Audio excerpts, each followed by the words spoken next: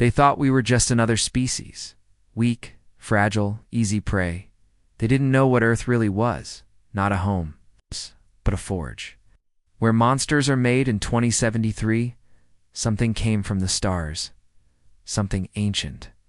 Something that hunted us like animals. But they made one mistake. They didn't finish the job, because now we're hunting them, and what humanity becomes next will terrify the galaxy forever. They thought it was just a signal glitch. A random error from the outer system relays near Jupiter's orbit. But then came the second transmission. Short, broken, soaked in static and screams in the first 10 seconds, everything changes. A mining colony with over 400 workers goes dark. No warning, no explosion, just silence. Then the emergency beacon triggers. By the time Earth responds, it's already too late. The fleet sent to investigate finds only floating wreckage. Twisted metal spinning through the void. Torn cargo pods drifting like shredded paper and bodies. Bodies frozen mid-scream, faces twisted in fear, their suits ripped open from the inside out like something exploded within them. There are no signs of a fight. No laser burns, no radiation trails. No, just absolute devastation. The ships weren't destroyed from outside. It was like space itself turned against them. One recon pilot describes it through a trembling voice. She says the mining station was peeled open like fruit. Then something flickered through space. Invisible, slicing their hulls like butter. She says her commander's voice was cut in half, overcomes literally sliced in mid-sentence, and then she says something worse. She says it watched her. She couldn't see it, but she felt it, a presence. In the dark, United Earth Command scrambles all listening posts across Mars. Titan and Luna alerts are raised. An alien signal is detected for the first time in human history, but it isn't a message, it isn't peace, it's a growl, a low, pulsing sound that vibrates through the bones and inside it. One word is decoded. Run. Humanity had dreamed of first contact for generations. They imagined reaching out, shaking hands, sharing stories, forming alliances. But this was something different. This was a hunt. The Drawlith. That's the name whispered in terrified briefings, and a cross hidden comes not by us. By the few who survive. They don't negotiate, they don't invade. They don't leave survivors unless they want you to tell the story. They are ancient, they are precise, they are predators, and they see humans as the military pulls from every corner of the system. They recall deep space survey crews, they rearm the moon bases. Every colony ship is rerouted back to Earth-controlled zones. The skies grow quiet. But not because the enemy is gone, because it's watching, measuring, and then it strikes again, this time on Mars. A science base goes dark mid-transmission when emergency forces arrive. They find the station intact. Except everyone inside is dead. Not blasted, not shot, but cut. Perfectly surgically, as if something slid through them so fast, their bodies didn't know they were gone. More than weapons, the tech is unlike anything Earth has ever seen. Ships that bend light around them, energy fields that swallow, scans whole, and something even worse, psychological warfare. The survivors of Mars speak of dreams, of voices whispering their names in the dark, of shadows that moved even when the lights were on, of orders they can't remember giving, people turning on each other, claiming enemies were inside their minds. Humanity begins to fracture. Some panic, some beg to negotiate. Some say it's punishment for going too far into the stars, but Earth's High Command makes a different choice. They stand for the first time in decades. Every nation unites. Old rivalries are buried. A fleet is built, massive, sharp and fast. They call it the Wolf's Eye because now humanity sees clearly we are not the dominant force in the galaxy. We were never alone. We are not the hunters. We are being hunted. But there's something the Drawlith didn't expect, something they didn't understand about humans. We adapt, we survive, we remember every loss, and we never stop coming. The survivors become the first wave. Their stories are studied. Their trauma becomes tactics. Their fear becomes fuel. And somewhere deep in a Black Ops lab beneath Antarctica, scientists study the shredded remains of Drawlith tech. Retrieved from the wrecks, it doesn't follow known physics. It warps around itself like it exists in two places at once, but it bleeds, it can die, which means it can be killed, and that's all humanity needs. Weakness, a crack in the armor. commander. Rain is put in charge of the counteroffensive. She's known for one thing: finishing the job. Her record is cold, brutal, perfect. She reads every report, watches every tape, listens to every last word of survivors until they break down in silence, and then she says one thing: we're done running, the order is signed. Operation Predator Light, humanity's first strike, not for peace, not for diplomacy, but for the hunt. The Wolf's Eye fleet lights up the stars. As it departs, their engines burn. With Earth's fury as they vanish into deep space, a quiet voice echoes across the comes one of the survivors from Europa. Barely conscious, whispering from a hospital bed, they wanted the perfect prey. She breathes through cracked lips. But now they've made the perfect predator. The hunt has begun, and in 2073, humanity changes forever. What comes next will shake the galaxy, because when you push humans into the dark, they become something else, something even the Drolith fear they become. The monster behind the stars, and this was only the beginning. Rain stood in the command chamber, staring at the star maps as they shimmered with red warnings, blinking across the screen like open wounds in the night sky, each a signal of death or a disappearance, and no one needed to say what everyone was thinking because they all knew it now. The Drolith were not just aliens, they were hunters, and Earth was now their territory. Though room was silent except for the soft hum of the generators and the quiet breathing of the officers around her, their faces pale, their eyes wide and afraid, because in the space of a few weeks, everything had changed, and humanity had gone from exploring the stars to surviving them. Reports came in like a flood. Every hour, a new nightmare from another part of the system. A transport ship near Saturn's rings found drifting empty. All lights on all systems working, but not a single soul aboard, only the food left half-eaten, the chairs still warm, and the captain's last log repeating the same word over and over: shadows, shadows, shadows. A research team on Titan was lost entirely, but not before their security cams captured something that still made Rain's skin crawl. A shimmer moving through the hallway like heat rising off metal, and then a sharp cut in the footage followed by silence, then blood, then the lights going out one by one, as if something was feeding on power and fear at the same time. Back on Earth, scientists worked day and night to study what little they had recovered from the Drolith wreckage, pieces of metal that bent when you looked at them the wrong way, weapons that didn't fire but instead erased what they touched, as if pulling matter into another dimension, and biological samples that weren't fully solid, almost like they were caught between being real and being real. Imagine Dar-Levin, the lead Xenotech analyst, gave his first report in front of the council, and his words would be repeated for years like a warning written in fire. They don't come from a world, he said. They come from the gaps between worlds, from the cracks between what we understand and what we fear. The Drolith don't just hunt bodies, they hunt minds. They slip into the dreams of their prey, make them doubt what is real, twist memories, and flood thoughts with terror. One survivor was found wandering near the mining belts on Ceres with no suit, no air, and no explanation, except one. She said they were already inside her, and then she screamed until she passed out. Command began tracking patterns, trying to understand how these creatures moved and what they wanted, but there was no logic, no rhythm. Sometimes they left wreckage, sometimes nothing. Sometimes they watched for days before attacking. Sometimes they hit without a sound. In every case, the result was the same: total destruction. Rain spent her nights reading the survivor interviews.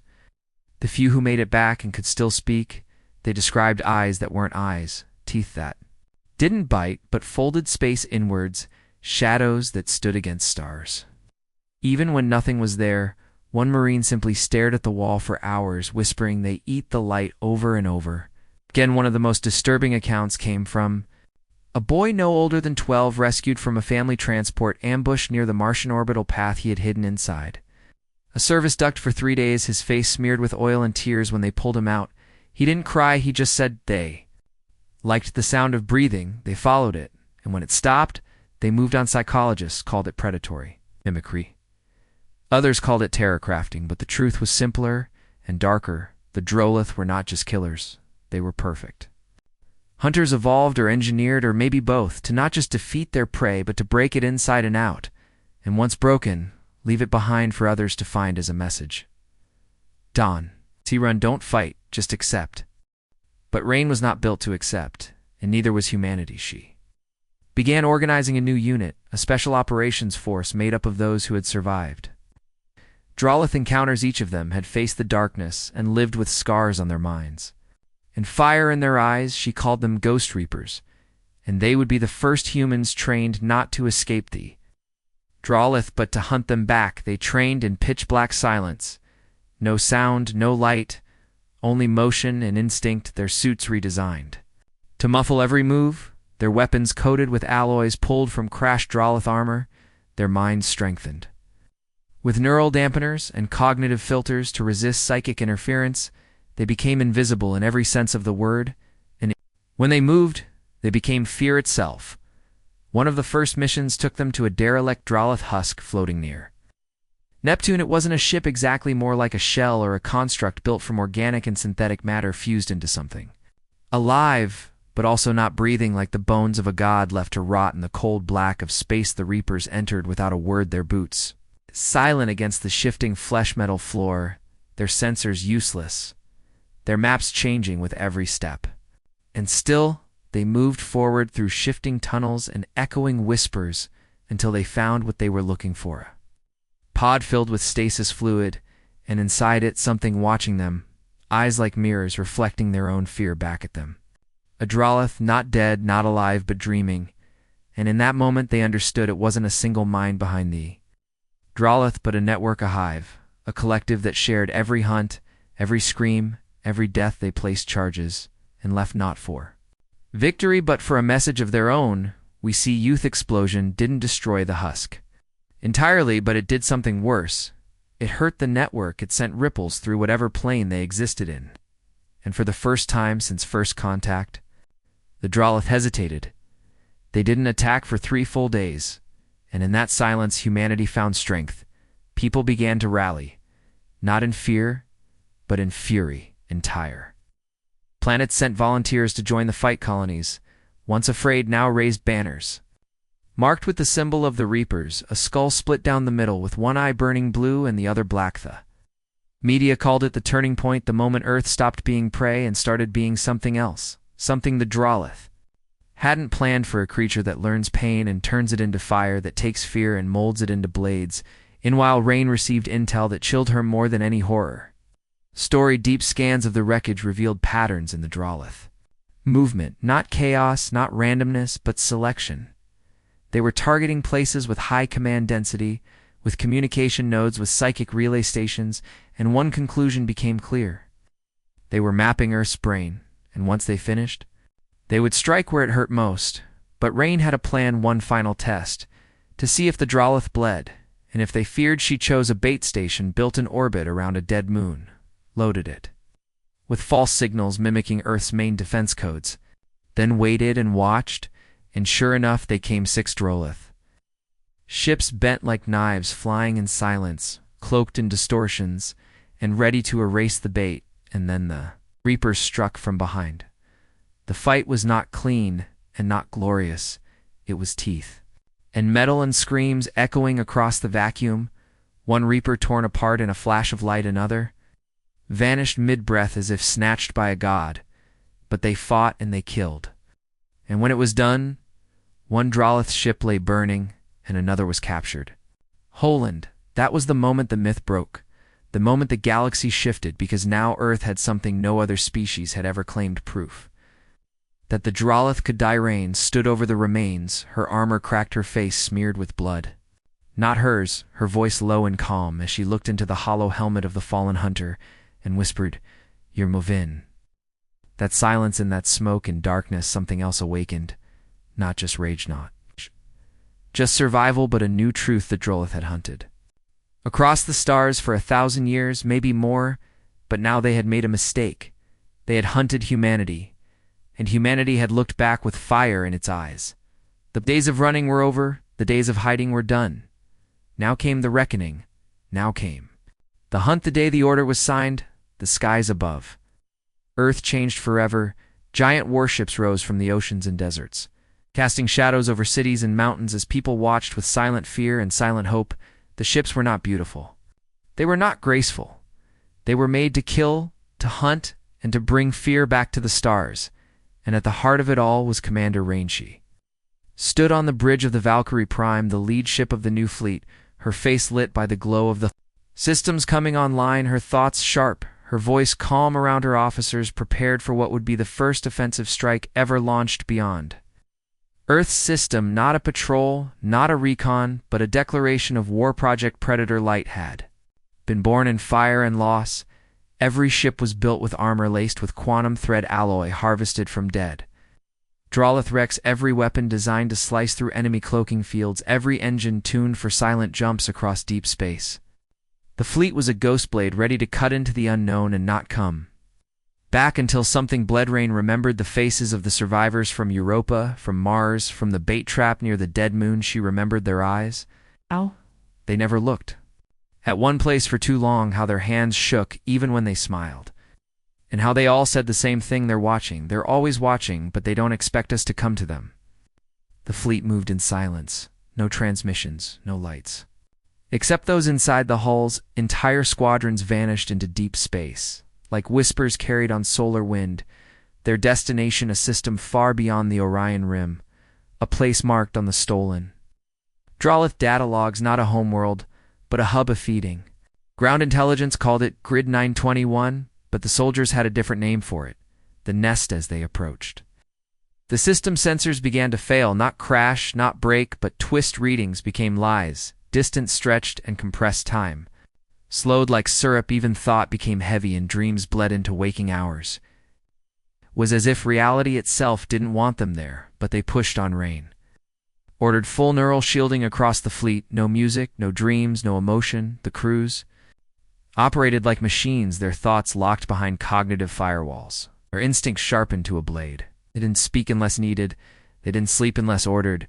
They became hunters in both mind and body. When they arrived at the edge of the system, they saw it for the first time: not a planet, not a station, but a living web stretched across empty space like a spider waiting for its prey. Massive structures pulsing with blue veins, twisted spires that shimmered between dimensions, and hundreds of small Drolith crafts moving in tight patrols around it. No signals came from the nest, no defenses activated. It just floated, waiting, watching, daring them to step closer, and da-da, so they did. The first shot came from the Valkyrie Prime, a spear of anti-phase light that cut through one of the patrolling ships in a single blink. The Drolith vessel didn't explode. It simply folded in on itself and vanished, but the others reacted instantly.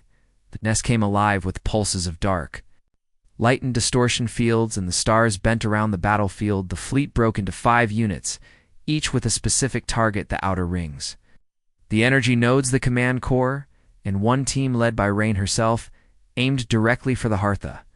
Battle was not clean. There were no formations, no perfect maneuvers. It was chaos, soundless and bright ships vanished without trace. Some melted into liquid, some torn apart from the inside, but the humans fought back with everything they had. OI guided missiles curved through impossible angles, plasma-laced railguns tore through Drolith armor, and stealth drones pierced the minds of the enemy with feedback so violent that some ships simply froze mid-flight.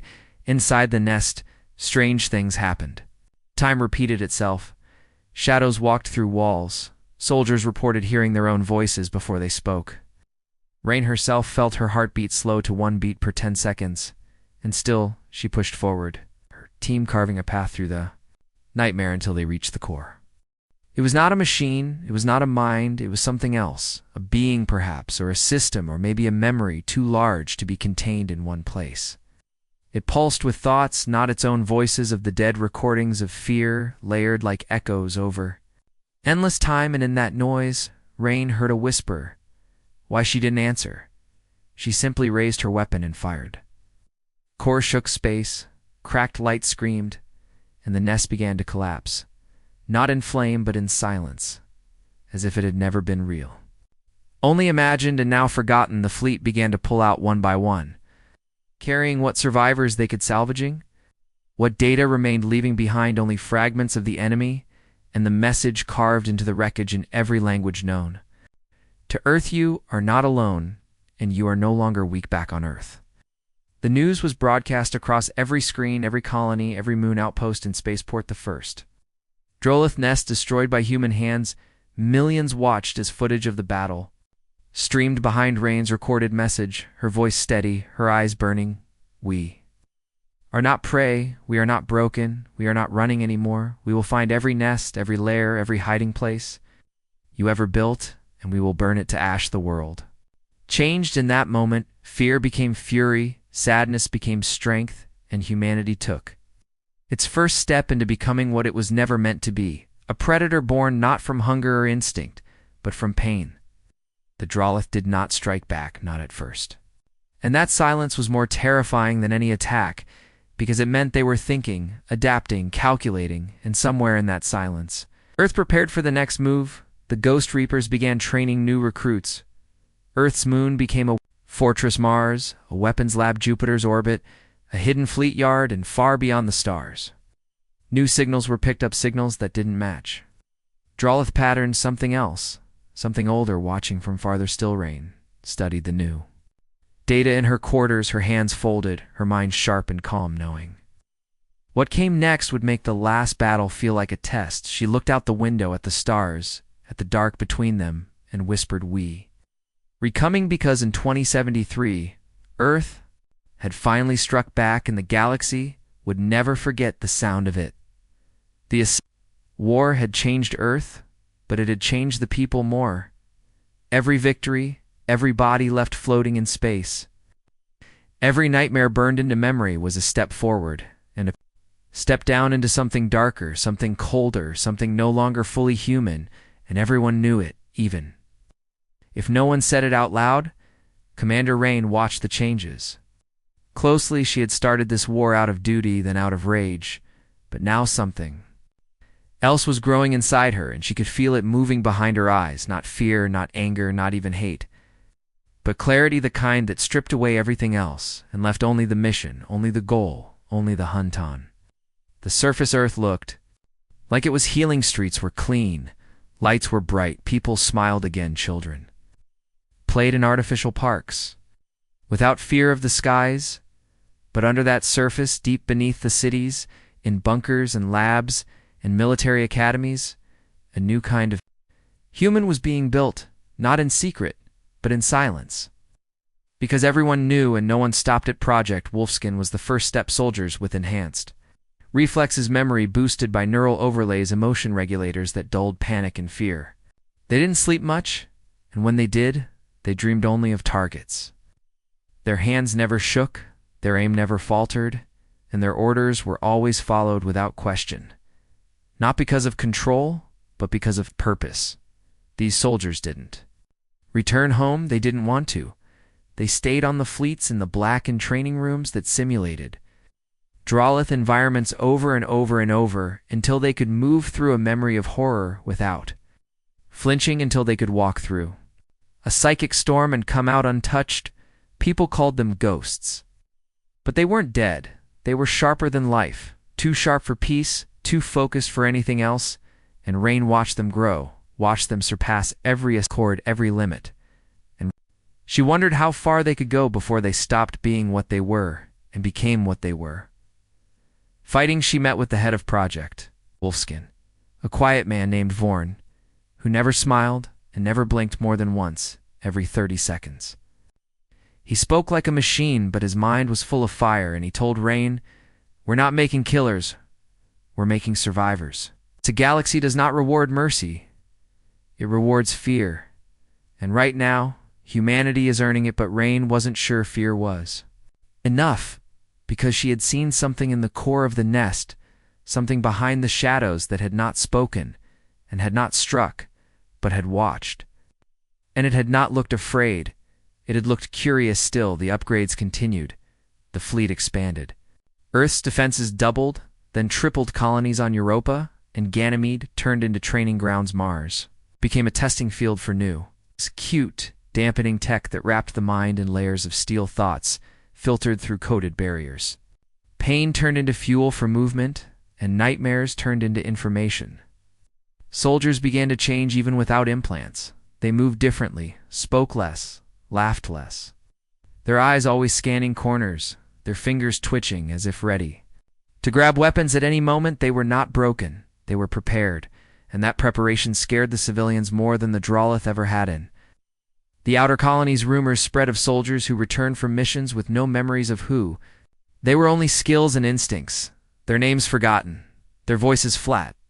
One story told of a man who stared at the stars for 3 days without blinking, then said, "I saw them," and walked into the vacuum with no suit and no sound command. Didn't confirm or deny these stories. They didn't need to. The truth was already visible in every newsfeed, every broadcast, every speech.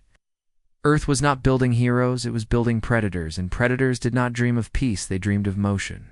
A pursuit of ending the threat, no matter the cost. Rain began to feel the weight of it all, not as a burden, but as a gravity, a pull in her chest that grew with each victory. It's not joy, not relief, but hunger.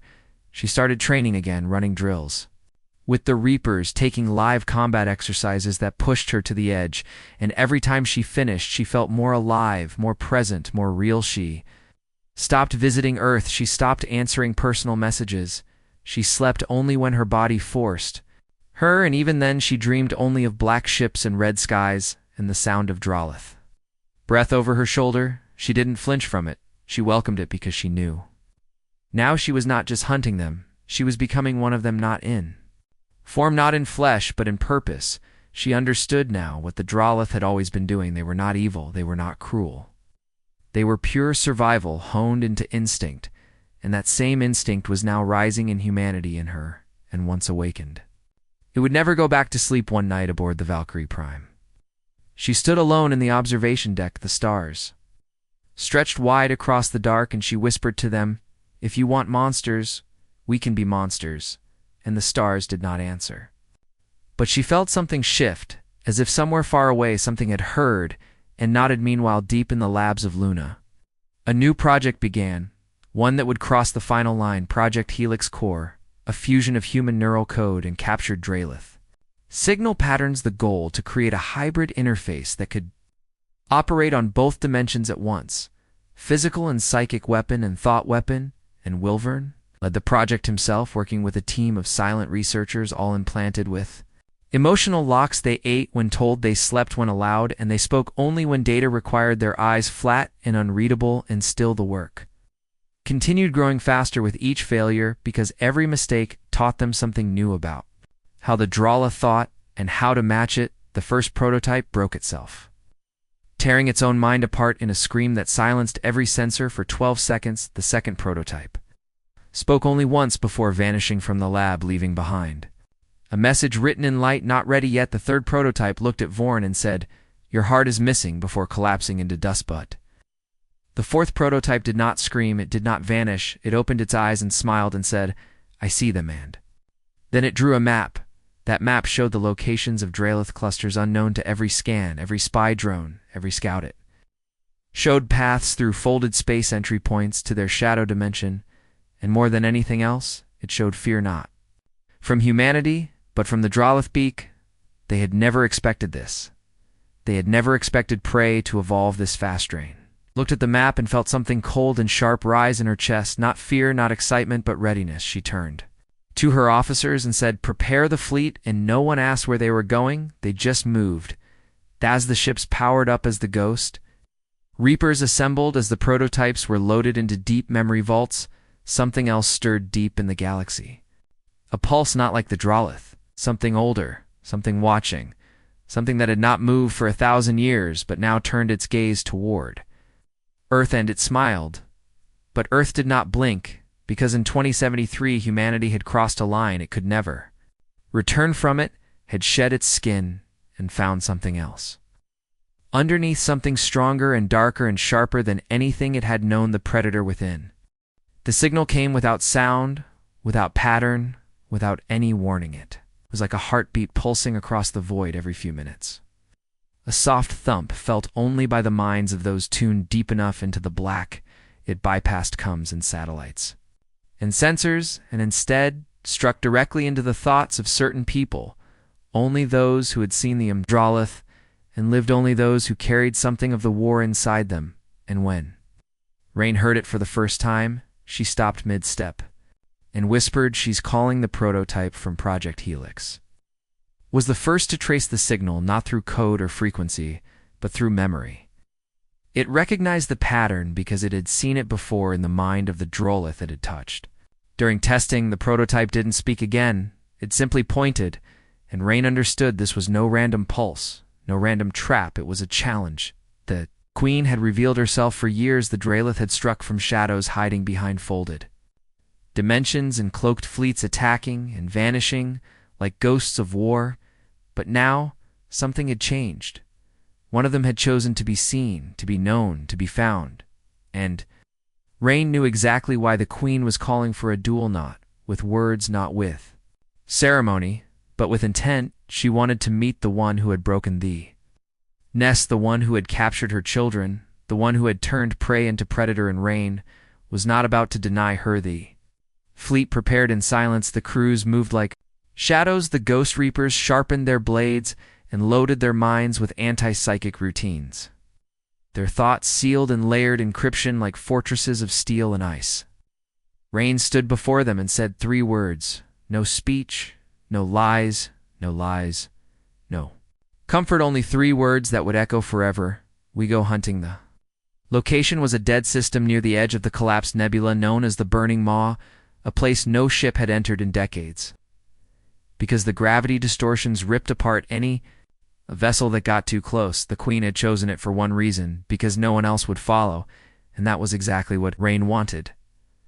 The Valkyrie Prime led the charge, slipping between warped stars and drifting wrecks. The space around them twisted and groaned like it was alive. The stars here were sick, their light slow and red, the planets broken and bleeding stone. And yet deep in the center of it all was something massive, and waiting it was not a planet and not a ship. It was a fortress, built from living metal and dead stars wrapped in bones too large to be from any known creature, and pulsing with the breath of something ancient and furious. The queen's lair sensors failed immediately. The fleet went dark, every ship operating by manual only, by thought maps and neural pulses. Rain took the lead in her own assault craft, not trusting any automated system, not trusting anything but her instinct. As they approached the fortress, it opened not with doors or gates, but with teeth. Long curved shards of black and silver that pulled apart space itself, revealing a corridor lined with bloodlight and shadows. The ships could not enter, but Rain and her team could, and they did. The Ghost Reapers moved like whispers, their armor sealed their minds, locked their weapons, humming with silent energy, and still they felt it, the pressure. The weight of being watched, of being measured, of being known. Before they even stepped inside, the walls shifted and pulsed like lungs. The floor moved under their feet like muscle. The air was thick with memory. The memory of death, of hunger, of war. They passed rooms filled with trophies, not bones, not skulls, but memories. Echoing through crystal tombs, voices of the dead speaking their last words over and over like a song of failure and fear.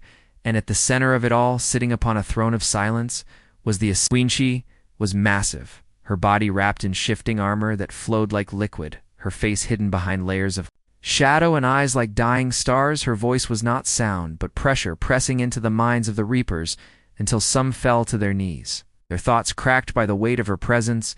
But Rain stood firm, her mind like fire, her purpose like steel, and she stepped forward. The queen did not speak. She simply looked, and in that look was every death, every scream, every loss the humans had ever suffered. And then, without a word, the battle began. The walls came alive, tendrils of darkness lashing at the team, illusions ripping through their minds, false memories planted in seconds. Friends turning into monsters, monsters turning into mothers, pain turned into pleasure, confusion sharpened into terror, and still they fought. Train moved like lightning, her blade cutting through shadow and bone, her mind locked on one target, the queen. She reached the throne, and the queen rose tall and endless and beautiful in the way storms are beautiful, in the way extinction is beautiful. They clashed, not with fists, not with blades, but with thought, with intent, with raw will. Psychic energy exploded around them. Walls cracked, time slipped, moments repeated, until Rain grabbed the queen's mind and held it in her own, and for a single second she saw everything. She saw the Drolith, birth not from a world but from fear itself, grown in the void between galaxies, bred to end weakness, designed to be the final predator, their purpose clear. Remove the flawed, raise the worthy. And when they found Earth, they thought it was flawed until they saw us fight, and then they feared us because humans do not stop, because humans grow from pain, because humans turn death into fire and fire into war and war into victory. And the Queen had called rain, not to kill her, but to understand her, because even in death, the Queen wanted to know what had been born in the dark of Earth. What had crawled out of pain and become fire rain did not answer with words.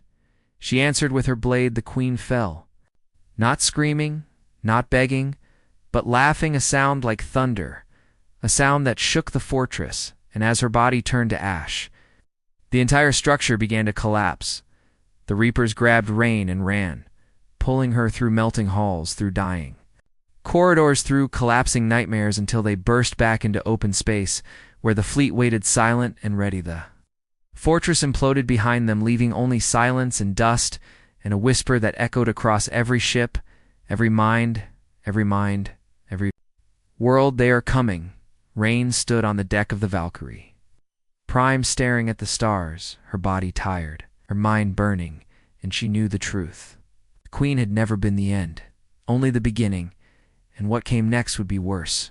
Not just predators, not just hunters, but something else, something that hunted even the Drolith. But for now they had won, and the galaxy had changed, because in 2073, Earth had killed the Queen of Teeth, and nothing in the stars would ever forget the day humanity became the one thing even monsters feared.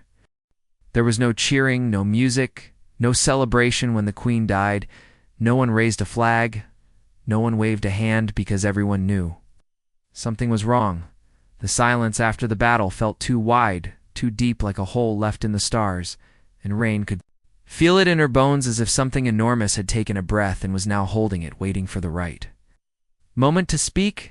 The Valkyrie Prime floated in orbit around what was once the Queen's fortress, but now it was just wreckage spinning.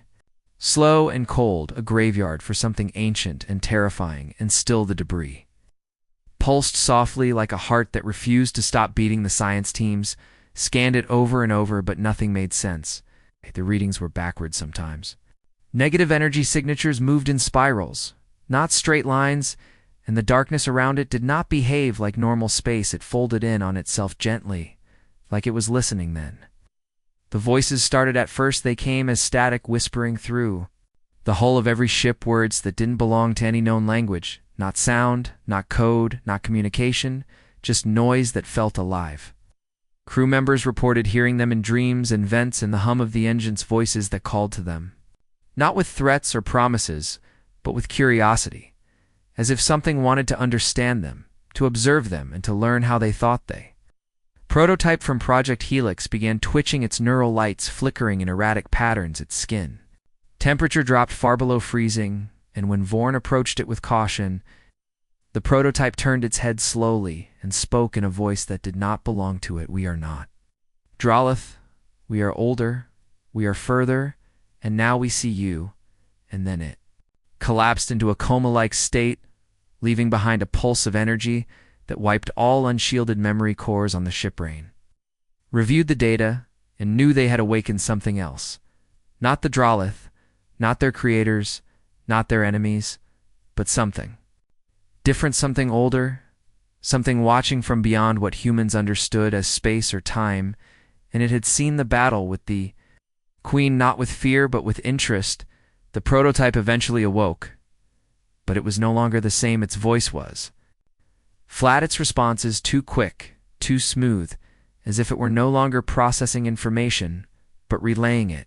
Its eyes remained unfocused, and whenever asked, "Who are you?" it answered with silence, followed by a low tone that made all nearby lights dim. New signals started appearing on long-range sensors, not movement, not ships, but fluctuations in gravitational pressure across empty sectors, where no stars existed, where nothing should be, and yet those places began pulsing with what could only be described as intent, not messages, not threats, just presence, and it was spreading. Earth's high command gathered in orbit above Mars surrounded by holograms flickering with unknown data signatures, all of it pointing to one terrifying possibility: the Drelith had not been the apex. They had not been the first. They were not the top of the chain. They were a filter, a test, a fire meant to shape the right kind of predator, because beyond them, there was something else, something that didn't hunt for survival or conquest, but for understanding and for amusement. Train stood in the middle of the room saying nothing, as the others argued.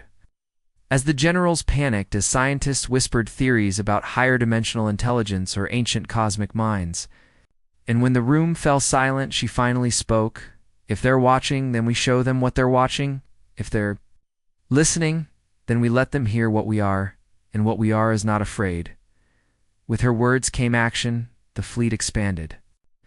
Again, more ships, more mines, more weapons, and more silence, because what came next could not be fought. The old way, this would not be war with fire or steel, or even thought. This would be war with identity, with truth, with what it meant to be human. The colony's people began reporting strange dreams, dreams of being inside. Something not a ship, not a creature, but a concept, a place made of memory and emotion. Some awoke crying, others screaming. A few never awoke at all, but left behind logs describing beautiful dark shapes that spoke in colors and moved through time like birds through sky. One boy on Titan began drawing symbols in his sleep, matching exactly with patterns found deep in the wreckage of the Queen's lair, symbols older than language, older than stars, each one vibrating when scanned, as if still alive. The boy could not speak after that, only hum a single note that seemed to slow nearby time for exactly 0. 2 seconds. Rain visited the boy, watched him. Watched the air ripple around him, and she understood that whatever had begun was no longer about survival or territory or control. It was about attention, about eyes older than light turning to focus on a single species and asking, "What will you do now?" The Helix project was shut down and restarted under a new name, Project Econo. More hybrids, no more stolen minds.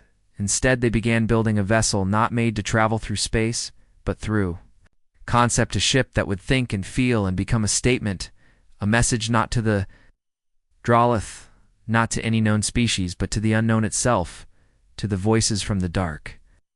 Beyond. Rain named the vessel Mirage, was constructed in orbit, but not with metal alone, its hull laced with crystallized thoughts extracted from reapers who had survived the deepest missions. Its core, powered by a stabilized psychic pulse generator developed from the Queen's last memory signature. It did not need fuel or crew. It needed only to exist and be seen when launched. Mirage did not fly, it vanished, and when it reappeared, it was orbiting a black void that had no coordinates, no light and no gravity, only silence, and from that silence came a single word broadcast into the mind of every sentient being within Earth's reach. Interesting, and that nothing but the message was enough. The fleet stood ready, the reapers sharpened their minds. Earth's leaders watched the stars, but now with a different kind of fear, not of death, not of war, but of meaning, because now they knew the truth.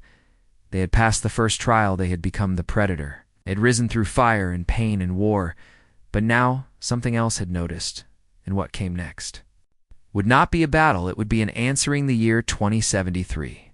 Humanity stood at the edge of known existence, no longer hunted, no longer prey, but no longer alone.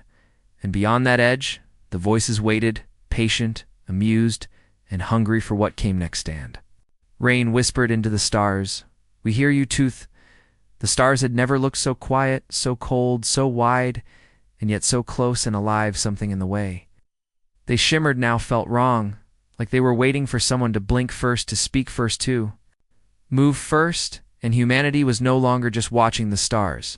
Now the stars were watching back, and Rain could feel that weight, not just in her mind, but in her blood, in her breath, every second pressing down like gravity that didn't belong to any planet or black hole or physics, just pure awareness.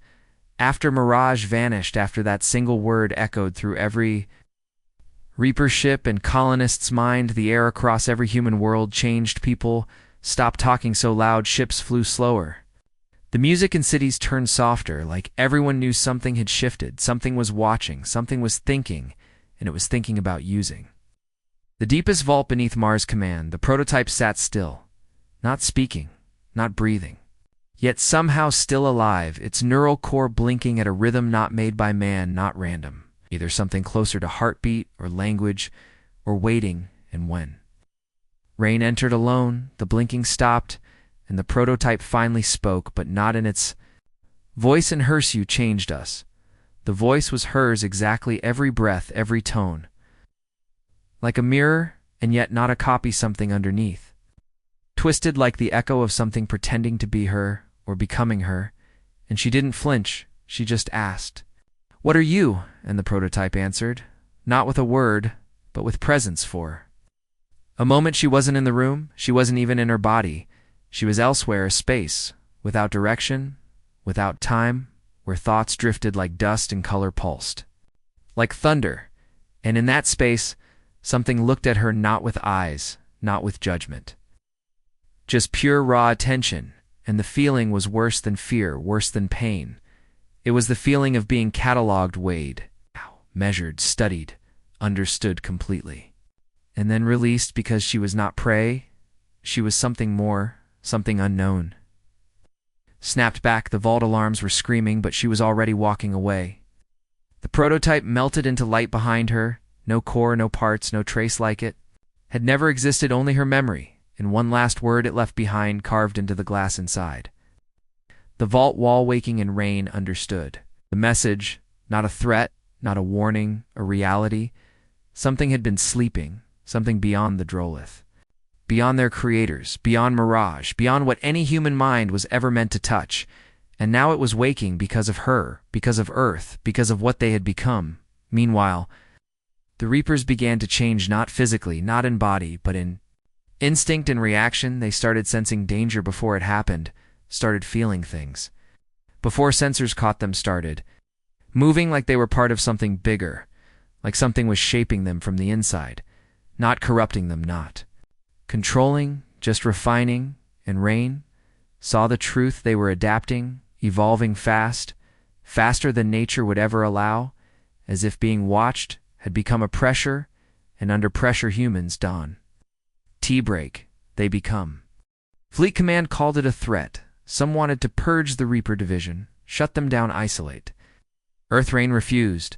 She stood before them all and said, "You are afraid of what we are becoming, but I am not, and neither is the thing watching us, and that is why we will survive." And no one said a word after that, not because they agreed, but because they could feel it.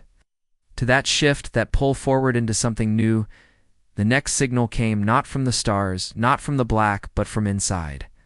A forgotten relay station orbiting a dead moon, something that hadn't sent a pulse in 50 years, suddenly screamed once, and then died again. The engineers recovered one piece of audio, but it wasn't sound. It was a pattern, a pulse, almost like Morse code, except it wasn't from any transmitter. It was coming from inside the metal, inside the atoms themselves, as if matter was learning to speak. Rain and her team played the pulse over and over, and every time someone different heard something else, a child's voice, a scream, a laugh, a question, and Rain knew it wasn't broken or corrupted. It was personalized, as if whatever was coming was speaking to every human in a way only they could hear and understand, as if it wasn't learning our language, it was forcing us to hear ourselves. One Reaper fell into a trance while hearing the signal. When he awoke, he drew a map in blood and oil. No coordinates, no stars, just shapes and paths. And when compared with galactic drift models, it matched the motion of gravitational wells, deep beyond mapped space motion patterns that shouldn't exist. Motion patterns that were coming closer. The Apex was no longer sleeping, not a creature, not a fleet, not even a mind. The Apex was a state. Level of evolution so high it was no longer tied to biology or metal or thought, a thing made of will and pattern and story, and somehow humanity had triggered its attention. And Rain knew what that meant. They were either the next step or the last obstacle in the Apex. Had come to see which. Rain ordered the fleet to begin construction on the Ark. Protocol, not a weapon, not a ship, but a mirror, a device meant to reflect human thought back into the void, amplified, purified, encoded in light and rage and hope and fear, a single message sent across dimensions saying, "We see you." To it took 10,000 minds to build the Ark, and only one to launch it. And when Rain did, the stars pulsed once, and then everything went quiet again for 3 days. No transmissions, no gravity shift, no strange dreams, just silence. So deep it made people scream, and then all at once across every system, across every screen and sky and mind, the Apex answered with a question: "What is your purpose in humanity?" Had no answer yet, but Rain looked up and whispered, "We're still deciding, because..." Now the Apex was awakened. It was waiting. The void did not blink. The stars did not move. And yet everything had changed the moment the question came. The moment that single thought echoed across every human mind: what is your purpose? It was not a demand, not a challenge, but something more like a puzzle wrapped in fire, wrapped in silence, and humanity felt it in their bones. Not just the reapers, not just the thinkers, not just the soldiers, but the children, the broken, the lost, the angry. All of them heard it, and none of them could ignore it, because it wasn't just a question from something greater. It was a question that had waited across centuries, across galaxies, across time, and now it was humanity's turn to answer. Rain stood on the edge of the Ark's final transmission chamber, the pulse coils humming with enough power to shatter moons. The sky above her filled with silence, not clouds, not stars, just silence. And within that silence, the Apex listened, not watching, not judging, just listening and waiting for humanity's reply. And Rain thought of everything they had lost, everything they had killed, everything they had become. She thought of the Queen and her hive mind, cold and merciless, and yet afraid at the very end. She thought of the prototype that called her by her own voice and vanished into light. She thought of the mirage and the word interesting left behind like a seed planted in the dark. And she thought of all the reapers, now silent eyes, glowing minds, racing hearts beating in unison as if waiting for her to speak. She did not make a speech. She did not give orders. Instead, she walked into the core chamber of the Ark and placed her hand against the interface and let her memories pour into the pulse. Every war, every scream, every lost ship, every broken promise, every tear shed in space and on soil, every dream spoken into the dark, believing no one was listening. And all of it fed the signal. All of it became the message: we are not perfect, we are not pure, we are not wise. But we are reaching, we are rising, we are learning, we are not prey, we are not gods, we are something new. And we are not done yet. The pulse fired, it tore through space, not as light, not as sound, but as truth, a shape made of memory and pain and hunger and love and war and sacrifice.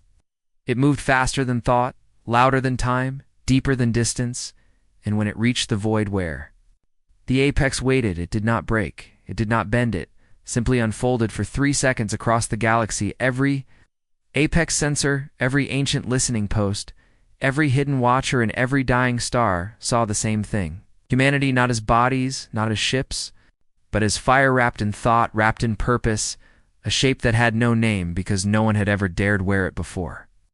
The Apex did not speak, but they moved not forward, not away, but aside. And that was the answer: permission, recognition. A silent nod from something older than time saying, "You may pass." And just like that, the weight lifted, the silence ended, the stars blinked again, and Earth exhaled.